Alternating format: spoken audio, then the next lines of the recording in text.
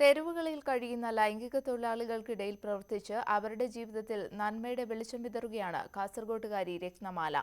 സാമ്പത്തിക പ്രയാസത്താൽ പഠനം നിർത്തേണ്ടി വന്ന ബാല്യങ്ങൾക്കും രത്നമാല കൈത്താങ്ങാണ്. ഇതിനകം 250 കുട്ടികൾക്ക് ഉന്നത വിദ്യാഭ്യാസം നൽകാനും ഈ സാമൂഹ്യ പ്രവർത്തകയ്ക്ക് സാധിച്ചു.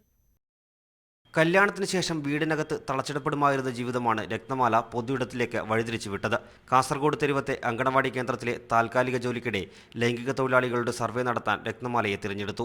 തുടർന്നിങ്ങോട്ട് ലൈംഗിക തൊഴിലാളികളെ ബോധവൽക്കരിച്ചും അവരെ സുരക്ഷിത താവളത്തിലെത്തിച്ചും തന്റെ കർമ്മപഥത്തിൽ മുന്നോട്ട് പോകുകയാണ് രത്നമാല. ഈ സെക്സ് വർക്കർ കാണുക, സംസാരിക്കുക, ഭയങ്കര പേടിയുണ്ടായിരുന്നു എനിക്ക്. ഏകദേശം 3 മാസം കൊണ്ട് ഞാൻ 200-250 സെക്സ് വർക്കേഴ്സ്മാരെ തെരുവിലുള്ള അവരെ കണ്ടെത്തി. അപ്പോൾ അതിൽ പ്രവർത്തിച്ച് ഞാൻ. അപ്പോൾ കുറേ കുടുംബത്തിൽ നാട്ടിൽ എല്ലാവരും എന്നെ മോശമായ രീതിയിൽ കണ്ടുകൊണ്ടായിരുന്നു. കുട്ടികളുടെ സംരക്ഷണത്തിനായും ഈ സ്ത്രീ മുൻപന്തിയിലുണ്ട്. ബാലഭിക്ഷാടകരായ കുരുന്നുകളെ ഏറ്റെടുത്ത് സംരക്ഷിക്കുന്നു.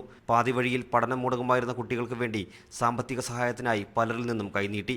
അങ്ങനെ 250-ലേറെ കുട്ടികൾക്ക് ഉപരിപഠനം സാധ്യമാക്കാനും ഈ സാമൂഹ്യ പ്രവർത്തകർക്ക് സാധിച്ചു.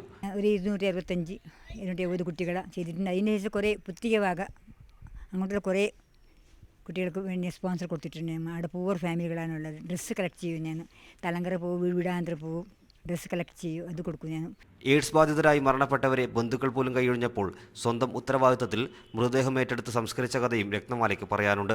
സമൂഹത്തിൽ നന്മയുടെ വെളിച്ചം വിതറുന്ന രത്നമാലയുടെ ജീവിതത്തിൽ പ്രകാശം പരത്തുന്നത് ഭർത്താവ് 3 പെൺമക്കളും അടങ്ങുന്ന കുടുംബത്തിന്റെ പിന്തുണയാണ്. പ്രദീപ് നാരായണൻ, ന്യൂസ് 18, കാസർഗോഡ്.